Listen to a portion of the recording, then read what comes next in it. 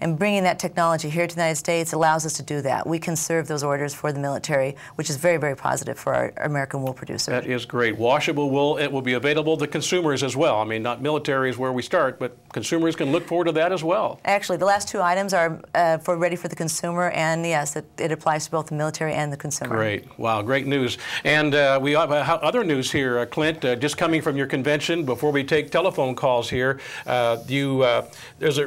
Peter kind of alluded to it, rebuilding our herd. We need to encourage current producers to increase production and perhaps bring in more new producers around the country. And there's a new program that we're going to be announcing for the first time to anyone around the country right here on RFD-TV. So we appreciate that. That's right.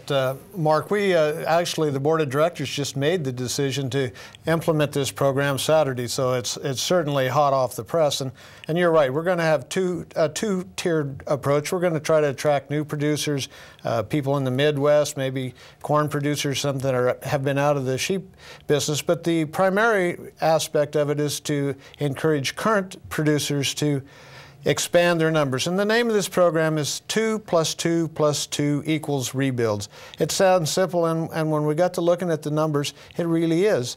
The greatest asset the sheep industry has is we have a very, very large number of operations. So we're asking each operation to just increase their ewe numbers by 2 ewes, and to try and get each ewe to put 2 lambs on the ground, and try to get the lambing percent, the national lambing percent, up by 2% by the year 2014. And surprisingly, these simple, small numbers equates to a 315,000 head increase in lambs available for American consumer, and almost 2 million pounds of American wool.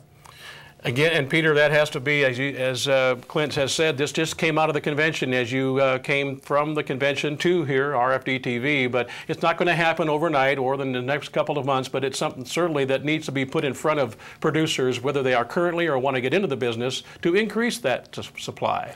That's right. With the campaign launching in 2011, we expect that producers get a chance to take a look at it and decide how they want to participate and join in. And as Clint mentioned, it's important to feed the supply that we need for our business.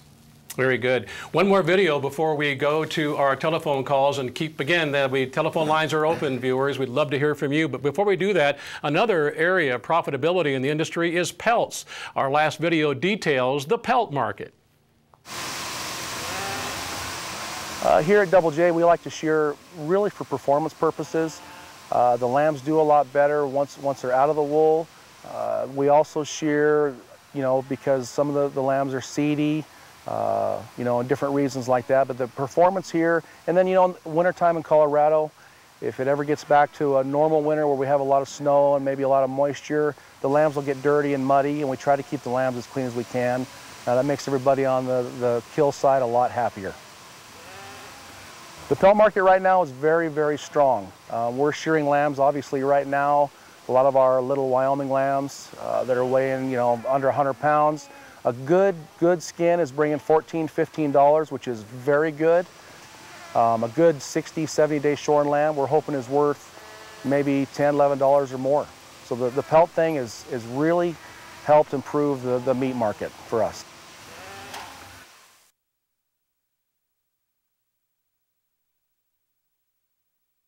So again, Peter, before we get to our calls, the pelt market, wool market, lamb market, they're all strong and look to be strong through this year and maybe longer.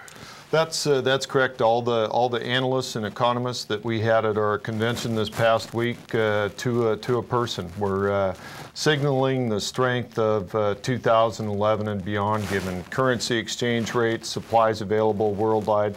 Very, very bullish on all our products in all our markets. Very good. All right, you ready to go to work and answer some questions here? Viewers have called in, and we're going to go to our callers. David from Indiana, you are first. Thanks for calling. Welcome to RFD-TV. Thank you very much.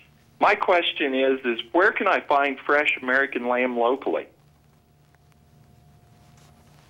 And locally, Indiana, where can you talking about to buy it as a consumer or as a producer? As a consumer. Okay. That actually, fresh American lamb. We have a number of national retailers that have a lamb program, and as we mentioned earlier, now we have a lot of these smaller meat shops and butcher shops, local retailers and restaurants that are all serving the newer arrivals to America that come from oftentimes countries where lamb is part of their culture, and they bring that tradition with them. So we have that market that's being served.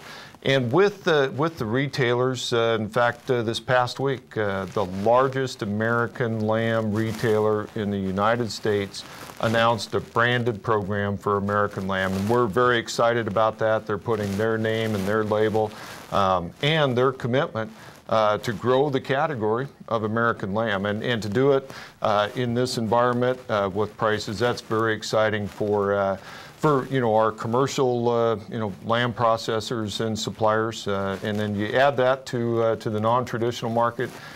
Just a real good piece of work. We just have to supply it. Wow, all kinds of exciting news coming out for the American sheep industry here, Peter, and we're glad to be a part of it here and bring it to our viewers here on RFD TV. More callers coming in. Let's give you that telephone number again before we go to our last break here of the evening. Toll free 877-731-6733. Ready to visit with you about sheep industry, or again, as our last caller, where can I buy good lamb meat in my area? All that coming up right here on RFD TV, rural America's most important network. Stay with us.